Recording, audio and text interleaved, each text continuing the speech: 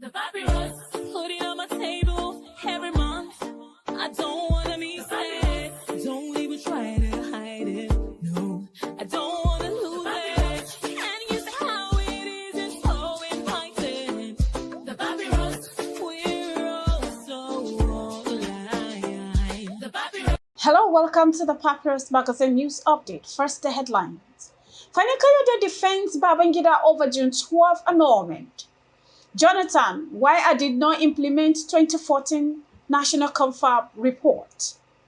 Fubara orders outgoing local government chairman to hand over. Nigerian soldiers accused of abuses in Niger State. Nigeria to host UAE Investor Peer Summit 2025. NSC slams electricity banding system. Federal government relocates 300 IDPs, refugees, to settlement city, Nasarawa State. Now the news in details. Former Minister of Aviation Chief Fani-Kayode has defended former head of state General Ibrahim Babangida over the annulment of June 12, 1993 presidential elections. He argued that Babangida's decision was necessary to prevent a major conflict in Nigeria. In his newly released memo, Babangida confirmed that Bashirun MKO Abiola won the elections and accepted full responsibility for its annulment. However, his revelations have sparked widespread criticism, with many Nigerians accusing him of waiting until key figures involved in the crisis had passed away before revealing his version of the event. In an article titled "A Book That Staged a Nation," Fani-Kayode defended Babangida's action, insisting that if he has resisted the annulment, Nigeria could have been plunged into a bloody military coup and a prolonged civil war.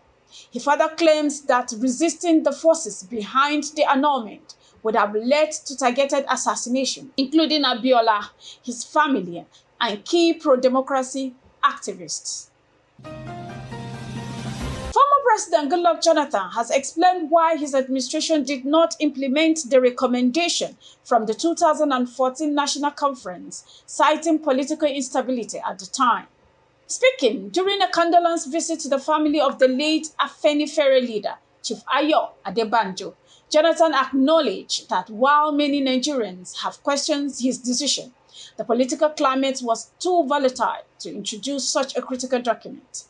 He pointed out that a key member of his party had defected and actively working against him, making it impossible to push through the report. Jonathan, alongside former Vice President Atiku Abubakar, paid tribute to Adebanjo, describing him as a courageous leader committed to truth and justice. Their visit was attended by prominent political figures, including former Sierra Leone President Ernest Bai Koroma and PDP chieftains such as Chief Bode George and Dr. Abdul Aziz Adederan. Rivers State Governor Sim Fubara has directed all ongoing local government chairmen to hand over to their respective head of local government administration following a Supreme Court ruling that nullifies their elections. On Friday, 1st March 2025, the Apex Court dismissed the 23 chairmen and ordered the Central Bank of Nigeria (CBN) to withhold local government allocation to state. The ruling overturned a court appeal decision that had upheld the elections. In a statewide broadcast on Sunday, 2nd March 2025, Fubara urged residents to remain calm, stating that while they may disagree with the ruling, it must be respected.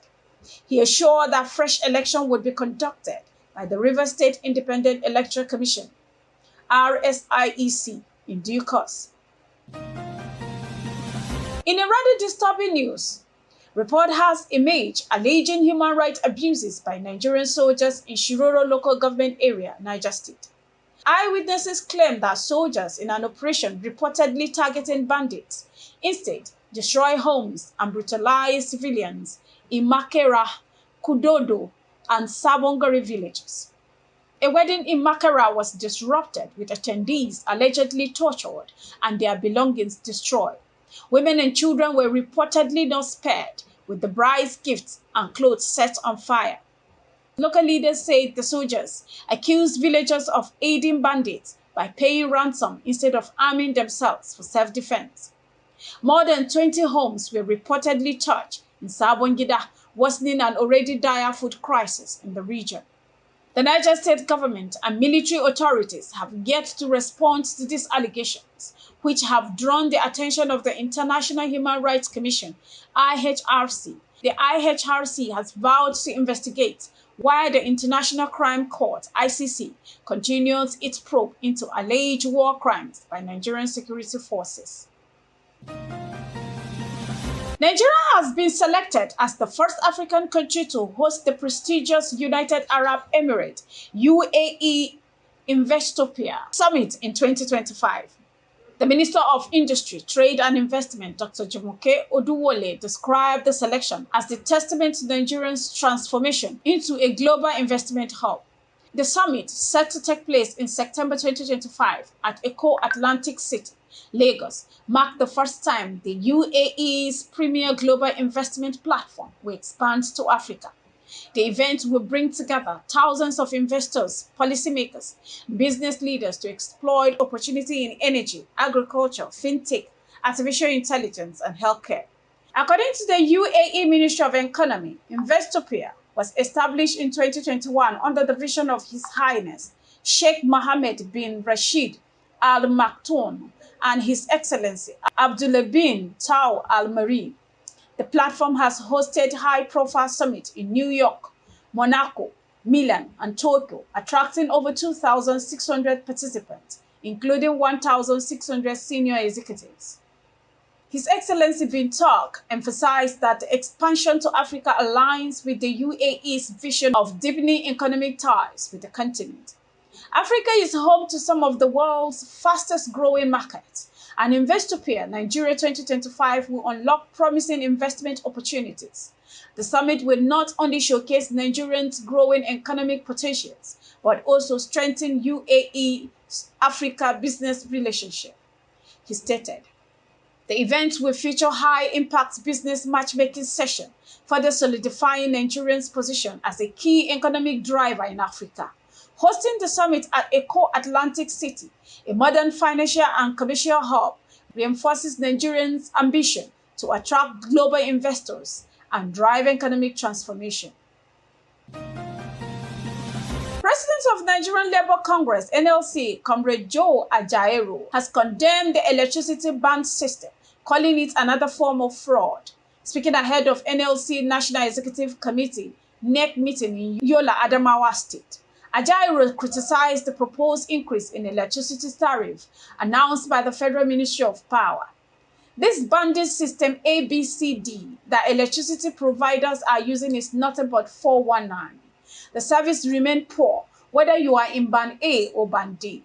They are simply using it to defraud Nigerians, and we will oppose any attempt to increase electricity tariff, he declared.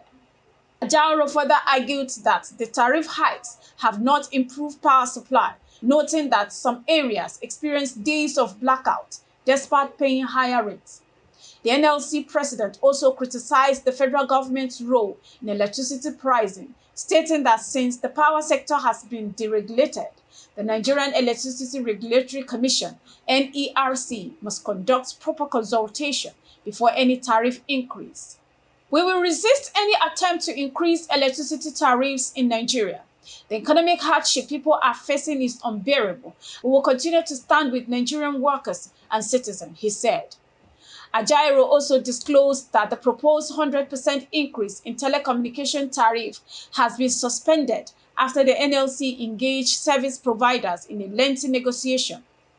No matter what workers earn, it is never enough, but we have ensured that no public sector worker earn below 70,000 monthly. We are also monitoring the federal government's cash transfer program to ensure it reaches the most vulnerable Nigerians, he concluded.